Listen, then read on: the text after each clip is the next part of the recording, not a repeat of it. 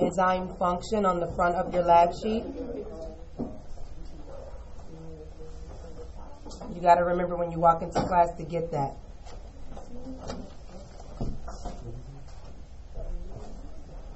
On this tacky day. All right.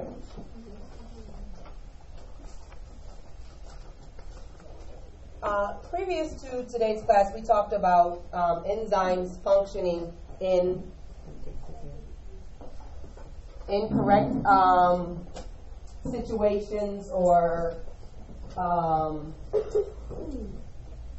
improper conditions. That's the word I'm looking for.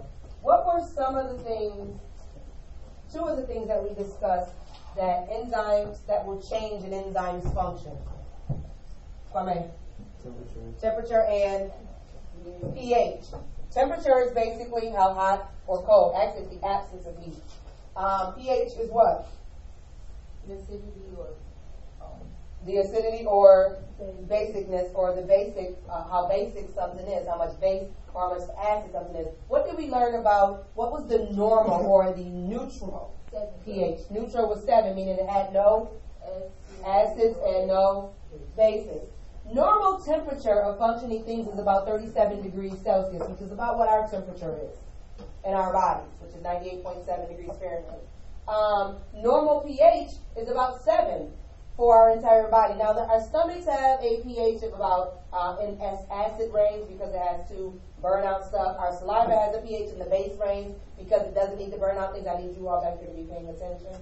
But normal stuff is within the 7 range. So today's lab was to check and see if we change the temperature of an enzyme, what effect would it have? And if we change the pH of an enzyme, what effect would it have? Because I told you that temperature and pH actually is going to affect how an enzyme reacts. So we're going to see, well, what actually happens? Does it really change? So before we do that, the enzyme that we're going to be discussing is lactase. What is the enzyme lactase? What is that? Don't look at me crazy. Thank you. Thank you. Oh, now it sounds like a sophomore classroom. I appreciate that, but saying that to me makes it sound like a 6th grade classroom.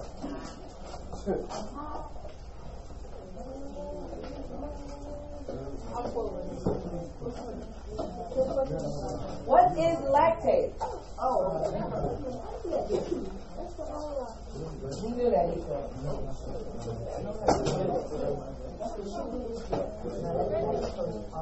There's something. Say what? What is lactase? Come on. How well you're able to give me feedback tells me how well of a treat that I'm going to give you all for not being able to do the lab. So, but I need your participation. I am not doing all the work up here. What is it? They produce. I didn't ask what it did. I said, what is it? What is lactase? What is it? Nope. What is lactase? But what is lactase? You keep telling me what it does. What is it? No, it's what? An enzyme. And who? Enzyme. It's a what? It's an enzyme. And an enzyme is a type of what?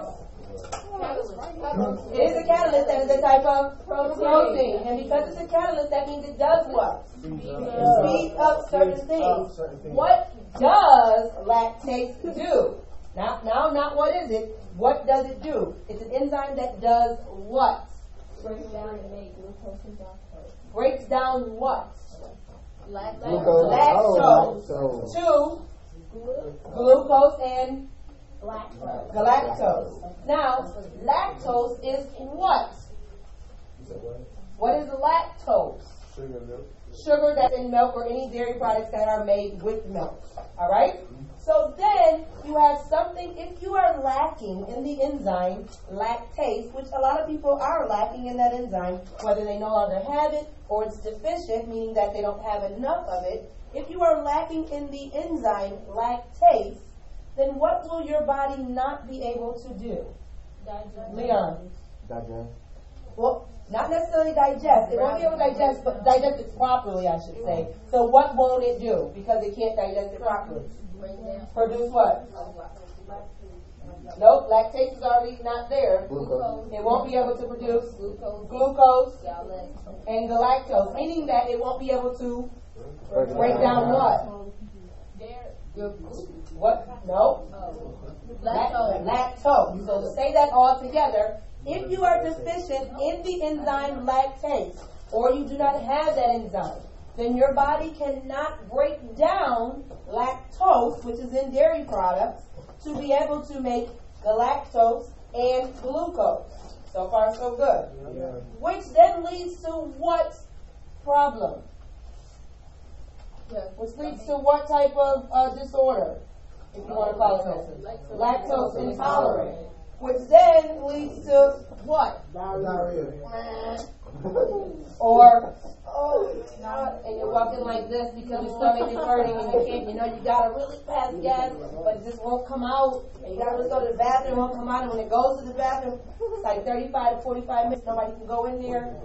It's a big problem, right? Now, let me explain to you what is happening. Once again, your body is lacking that lactase. That lactase is going to bond to that lactose to break it down. It doesn't do that. So therefore, what's happening is when that milk, or that cheese, or whatever dairy product, ice cream, because we all like ice cream, right? No. You know what? When you eat any of the things that include dairy from milk, then what happens is your body takes it in.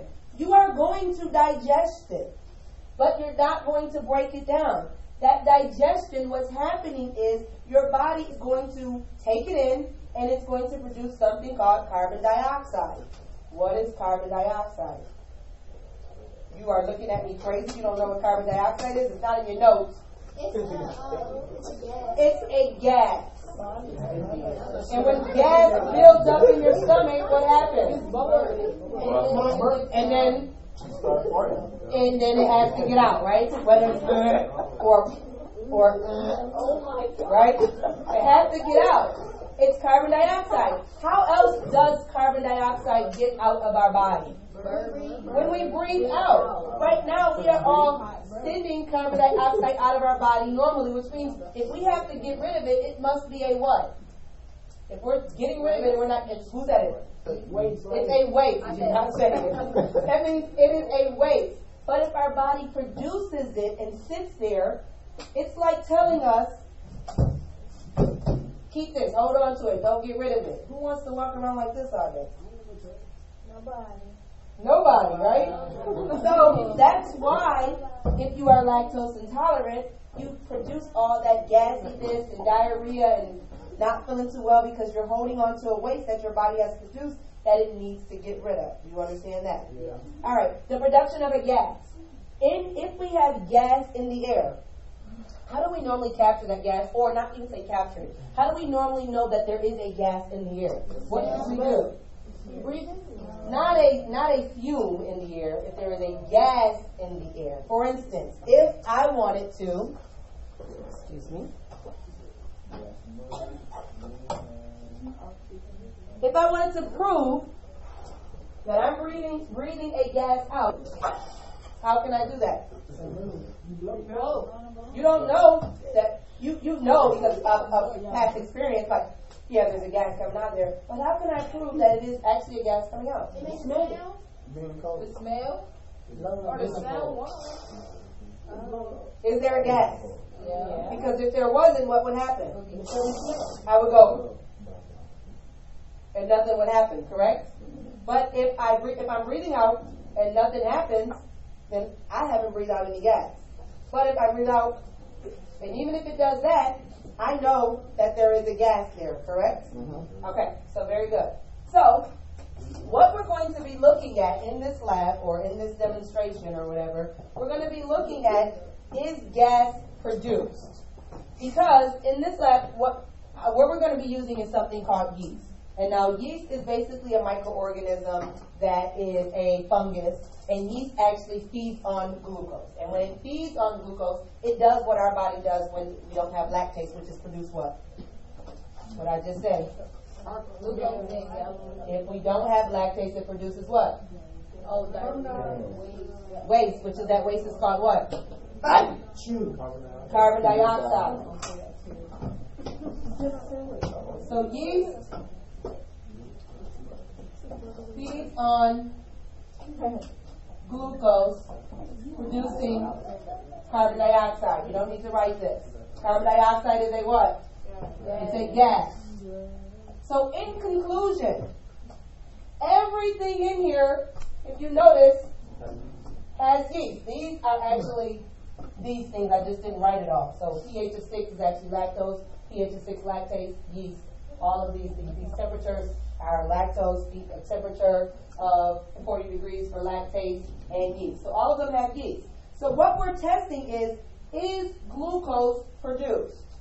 If glucose is produced, then we should have gas, which means that CO2 is there, which means a balloon should inflate and not be deflated. Does that make sense so far? Yeah. Okay, good. So, what's the first one I just wanted to make?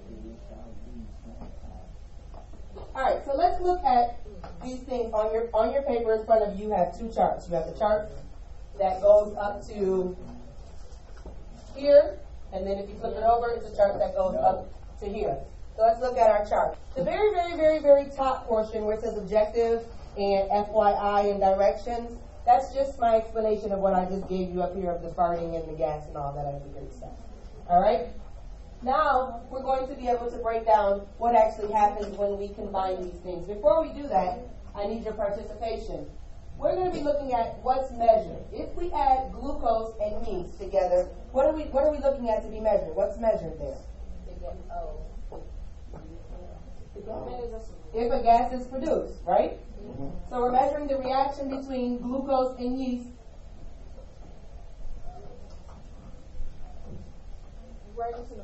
Yep. Is a gas produced?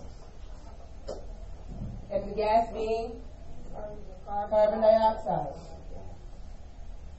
Because like I told you, yeast feeds on glucose, and this is in your instructions or your objective.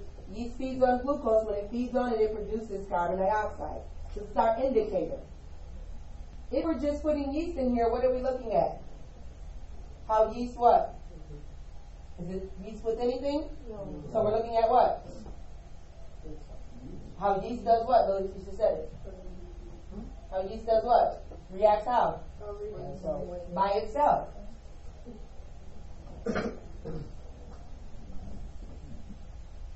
Alone. I just put alone.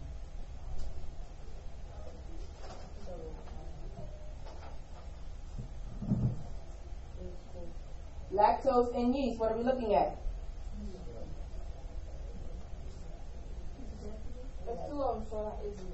This is lactase and this is lactose. So we're looking at how lactose reacts with what? Yeast.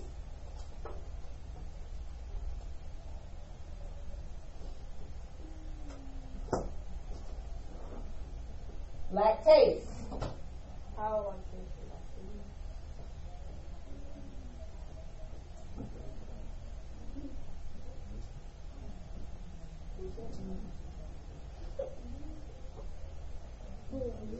lactose, untreated lactase, that means we have not done anything to the lactase. It's lactate in its regular state. And yeast. What are we looking at?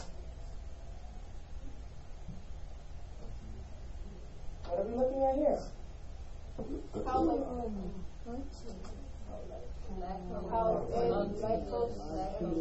lactose, lactase react with yeast.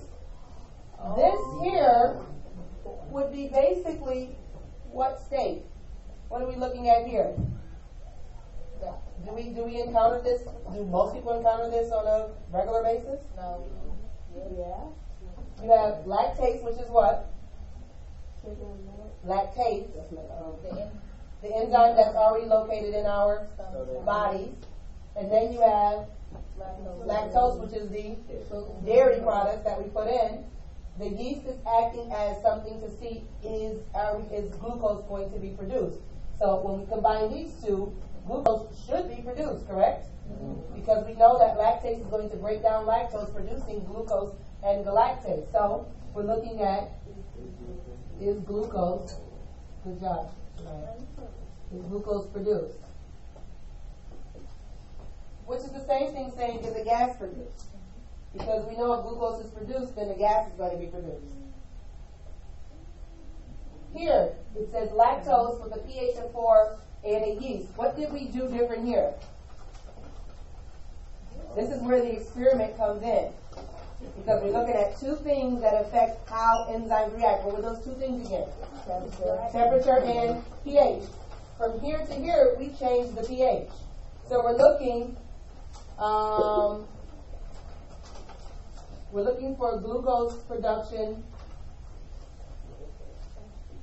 in a pH of 4. Because we changed the pH. And the next one, we're looking for it in a pH of 6. We're not going to rewrite this here, here, and here, because I already wrote it once. We're looking for it in a pH of 6. There should be a pH of 8 one here, and then 10.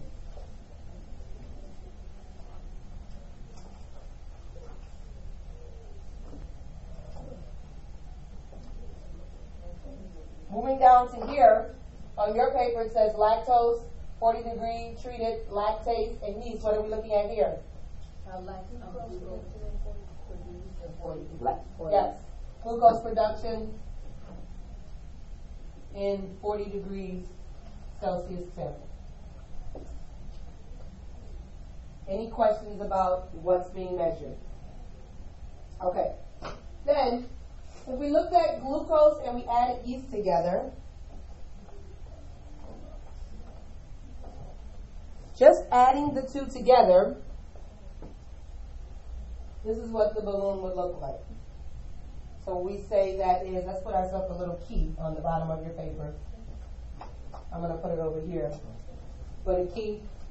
D would equal deflated. SI is going to equal slightly inflated. And I will equal inflated. So, at 0 minutes, if we waited no time, and we first put it together, we would say that, what happened? It's deflated.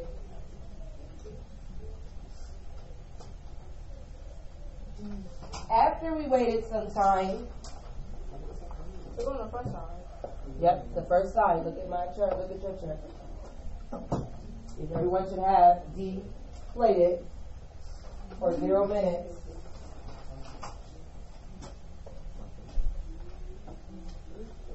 After about 5 minutes, well, this is actually after a lot of minutes, but if after about 5 minutes the balloon looks like this, we would say what? It's inflated or slightly inflated.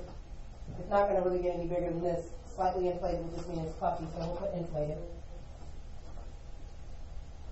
And it's going to be inflated all the way through, so you can put an arrow for that so you don't have to keep writing it.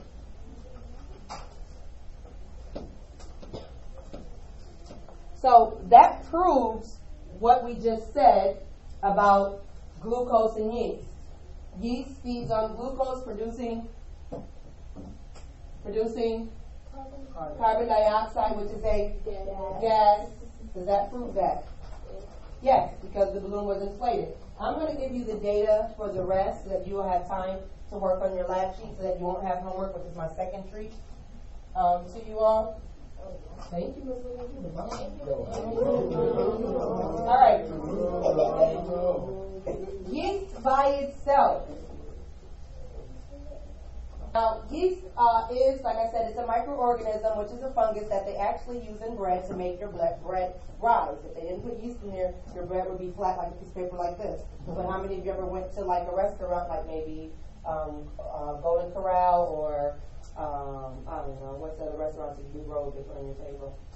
Charlie's, Lobster. Oh, Charlie's, yeah, not Red Lobster's one. Those are biscuits. But when you open it up, when you open the bread up, you know you have those air pockets? Yeah. Because of the yeast. It helps it to rise.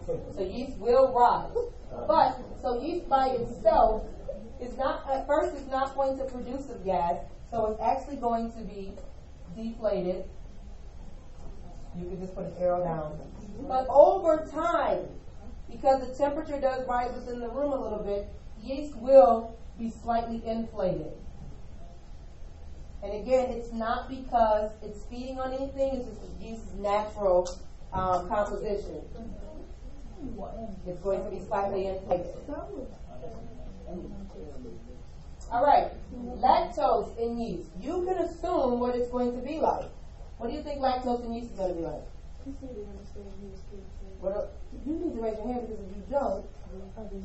Okay, good. Well, moving on. Lactose in yeast. What can you assume that's going to happen here with the balloon? It's going to largen up. It's going to be deflated. Why? Because I didn't do anything to it. It's just milk. It's just the sugar and milk. Is there anything produced? No. So what do you think it's going to look like? This is going to be deflated. What about lactase in yeast? Inflate? No, it's going to be deflated. Why? I didn't do anything to it. It's just the enzyme.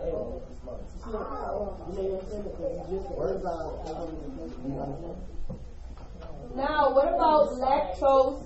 Untreated lactase. Untreated means we didn't change the pH and we didn't change the temperature. And yeast, it'll be inflated. Why? Because it's reacting together. Because it is reacting together. These two are reacting together. We know when these two react together, what happens? It produces first.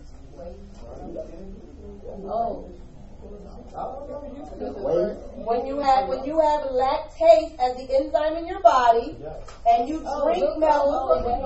Why do I have to break this down to you all? Glucose and galactose. If glucose is present in the presence of yeast, yeast is going to feed on glucose, and what's going to be produced? A gas. So we should say what? It will be inflated. It's going to first start off deflated at 0 minutes. We first add it together, it's going to be deflated. Then it's going to slightly inflate to be then inflated all the way through.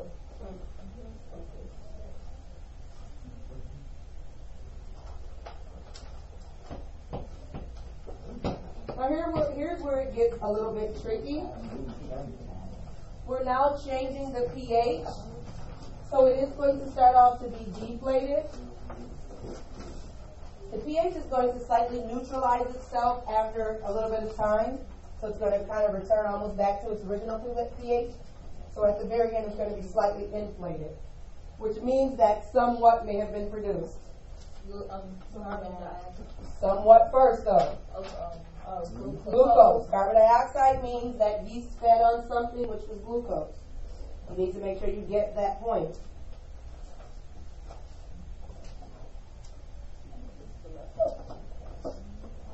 For the pH of 6, it will start off deflated.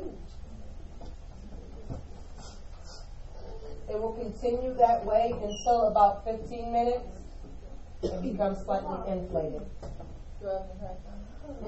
About 15 minutes, that's when it's going to become slightly inflated. pH of 8 will look the same as 7.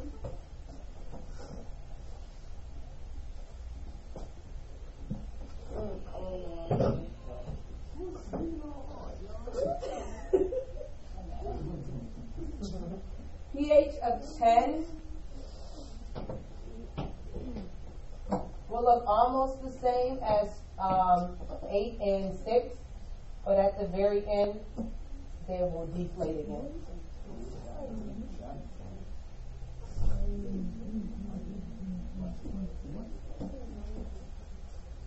If we change the temperature a little bit at 40 degrees, notice I told you in the very beginning what was the normal temp? 37 degrees. Is 40 degrees too much higher than 37 degrees? No. It's like how many degrees? 3. So if your temperature is supposed to be 96.8 and you have a temperature of 99, you just got a little bit of a fever, but you're not too sick. It's not going to really change much. So this is going to be deflated and then slightly inflated all the way through. Thank you for announcing like we're in Canada. I'm sorry. 60 degrees is a little bit of a rise. So that's going to start off deflated. It's going to be slightly inflated at the 10-minute mark. It doesn't become inflated? I just said slightly inflated at the 10-minute mark. Wait, so if the temperature's rising, why does it take longer to inflate? Because then what you realize too, the temperature is rising, but then the temperature goes back kind of normal. Temperature doesn't stay that temperature. Once it takes on the temperature of the room temperature. But as we get to 80 degrees and 100 degrees, it's going to stay deflated all the way through. Because what's happening here, erase this. Remember, with an enzyme,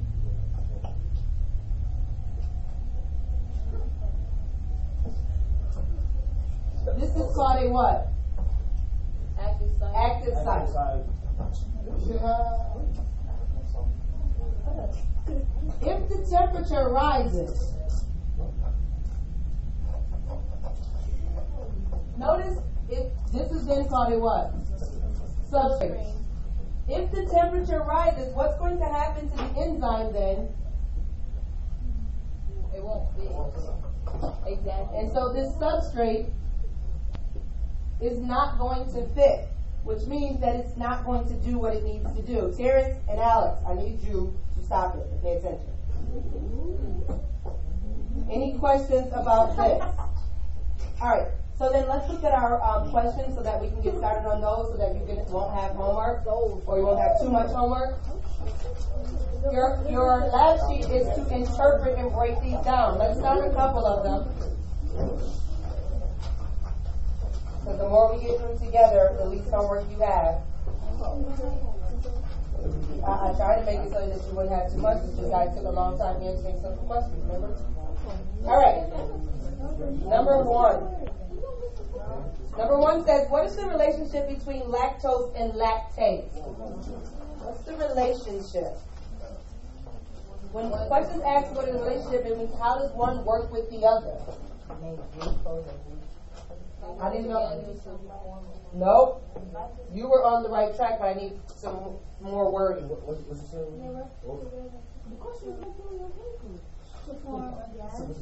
No. You wrote down equations, you wrote down words in your notes. What does lactose do for lactase? Or actually, what does lactase do for lactose? What is the relationship, Alex? Like whenever lactose is digested, it's catalyzed by the lactase. Good. Lactase catalyzes lactose, or lactose is catalyzed by lactase. Doing what? Breaking it down to make what? Glucose and galactase. Galactose, I'm sorry, galactose, not galactase. Lactase, what? Get your notes out. I'm not saying it again. I'm not doing all the work for you. We just said it. No, ma'am. It's in your notes.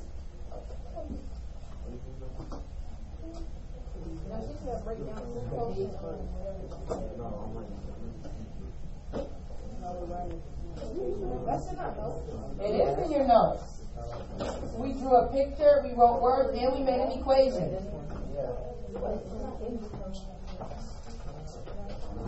On Thursday.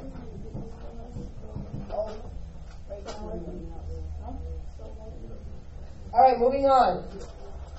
You can get back afterwards. What paper is this? Oh, I got one. Number 2. What is the evidence from the experiment, meaning the data that we have here, indicated that lactase was functioning? What evidence do we have? We got to make it a little bit more specific. What is the evidence? What is lactase supposed to do, based on what you wrote in number 1? Help lactase. It's supposed to. What is lactase? The chemical. What is lactase supposed to do? You just wrote it in number 1. Oh, break down glucose. Break down. Glucose. Nope. It breaks down lactose to make Glucose. Okay. So when glucose is present, we added a specific thing called yeast, which feeds on it to make carbon dioxide. So what evidence from your experiment indicates that lactase was functioning? You started off, Shania. Okay, so let's start off. What is it? The balloon inflated, indicating what? Indicating a gas was what? Was present. That gas being what? Carbon dioxide.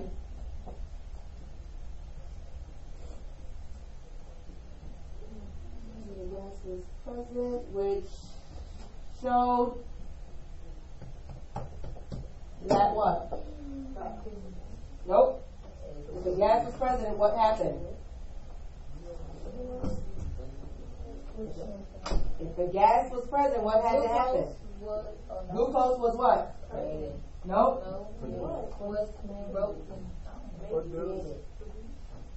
Glucose was, okay, we'll put that. Glucose was produced and what? Digested by what? What did I say in the very beginning will digest the glucose? Read in your objective on the front part of your page if you do not remember. Nope. Yeast. This, I promise you, will be the last time that I spoon feed you. I promise. This is number 2. Number 3, read it and try to answer it for yourself for a moment.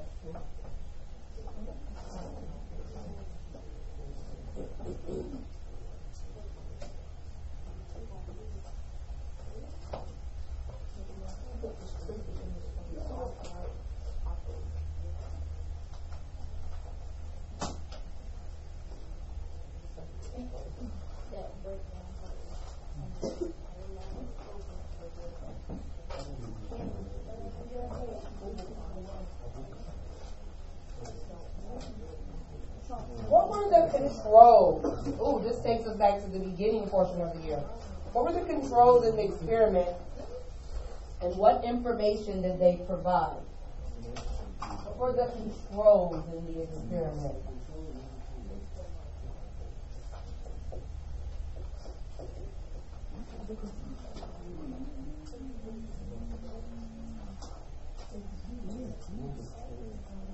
I'll give you a little hint. First of all, what are controls? Things that never change is what you say?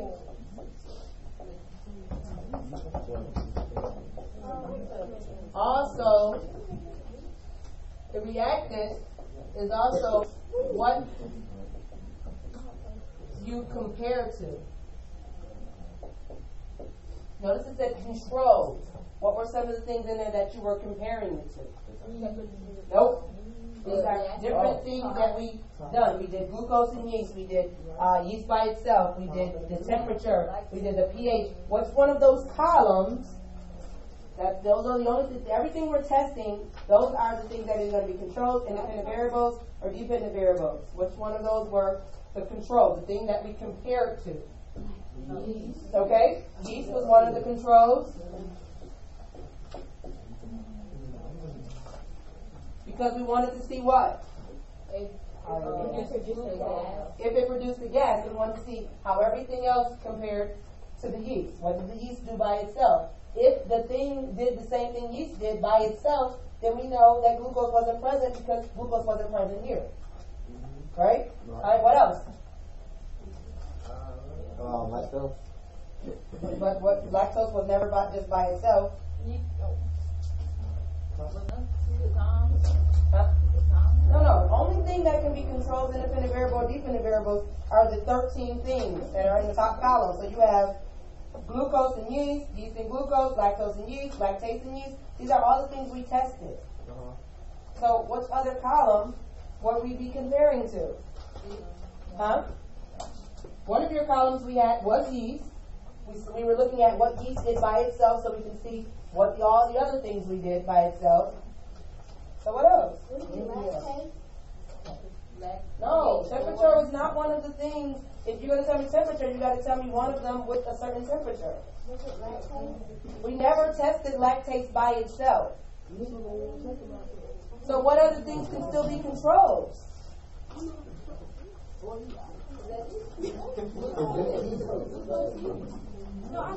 What y'all say? But we never test glucose by itself. We don't have to test anything else by itself, but you're telling me glucose, but we never tested that by itself, so that can't be a control. You have to tell me one of the things that we tested. We tested 13 of them. What other ones of the 13 was it that could be a control? Stop yelling out one thing. It's either going to be glucose and yeast, just yeast, lactose in yeast, lactase in yeast, lactose and untreated lactase in yeast, lactose and pH treated lactase in yeast. It's got to have to be more of those boxes. What's number 13?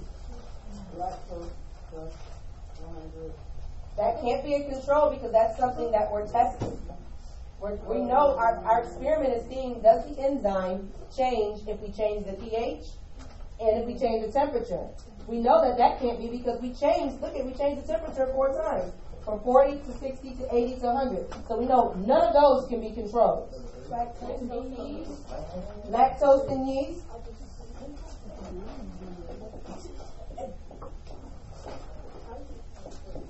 Because we just kept it as lactose in yeast and we were checking to see what did yeast do with just lactose when we didn't do anything different to it.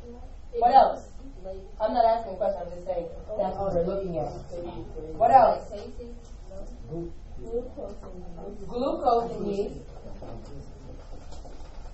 Because we knew here that yeast was going to feed on glucose and produce carbon dioxide. So we're going to see, does anything else act like this?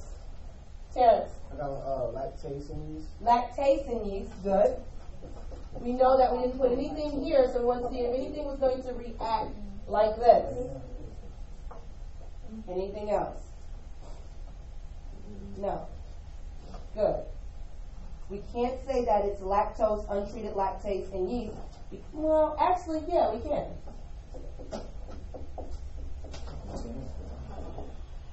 Untreated lactase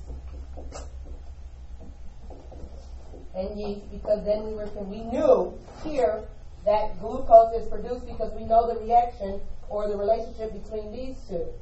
So we knew that carbon dioxide was going to be produced because we knew the yeast was going to feed on that glucose. So then we had to compare everything else to these things. Does that make sense? Mm-hmm. Do you understand why now I was saying stop yelling out one thing to me? Because we never just tested glucose by itself.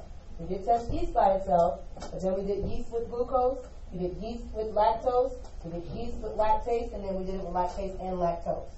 The things that changed were the temperatures and the pHs. So those were not controlled. Got it? Okay. Number 4. Does temperature affect the function of lactase? Yes. How do you know? If yes, what is the effect? Is it plate? No, I didn't say no. I'm just listening. Yeah, like the higher the temperature, the more the balloon. Don't tell me about the balloon. It's asking about lactase function. The higher the temp, so tell me about lactase function. Remember what lactase function is to do what?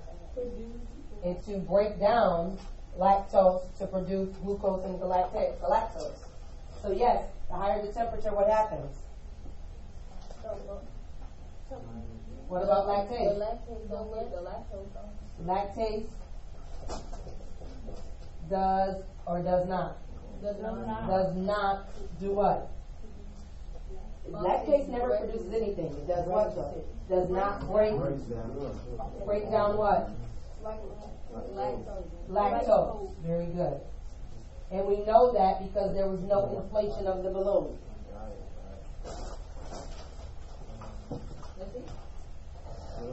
That's it. Numero cinco. Number 5.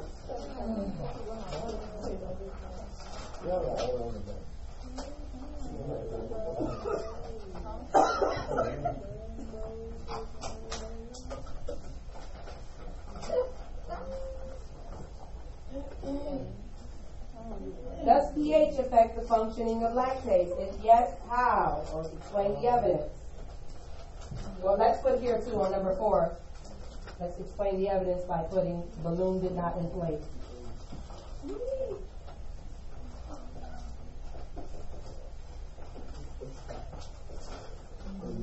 All right, number 5.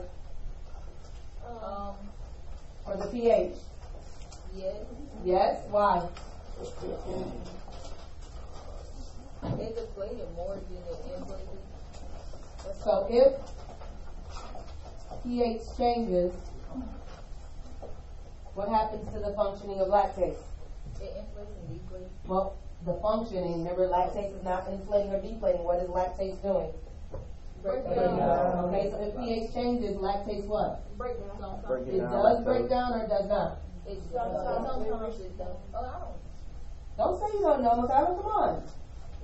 don't. It do. Does it do it all the time? No. No. So can we say that lactase is inconsistent breakdown? Okay.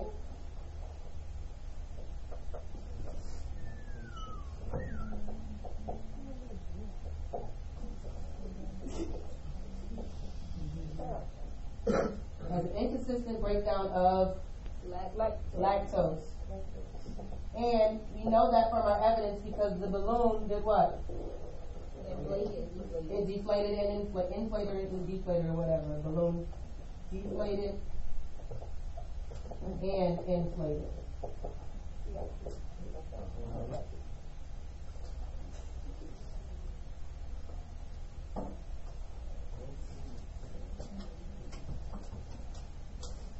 I'm going to have you do 6 and 7 on your own, but this is what I'm going to explain to you. If we're looking at temperature, because remember, this is just a laboratory setting, so you're like, okay, what does that have to do with me? Now remember, your temperature is normally about 37 degrees, which is 96.8 degrees Fahrenheit. Now, if you're not feeling well, on most cases, and your body has some type of infection, what's going to happen to your temperature? It's going to rise. Your body temperature is going to rise, which means the environment where the enzyme occurs, temperature is also going to rise. If the temperature changes, you already know what happens to that enzyme. It doesn't function well, correct? pH, the same thing with pH. If you're not feeling well, or something happens within your body, your balance, your pH balance is going to be off, especially in your stomach. If your stomach acid is a little bit too high or a little bit too low, it's not at the correct pH that it should be, then the enzymes, are they going to function correctly? No, based on what you have here. So now take this time before it's time to dismiss to go ahead and answer number 6 and number 7. And that will be for homework, and that will be due mañana. Tomorrow. Shut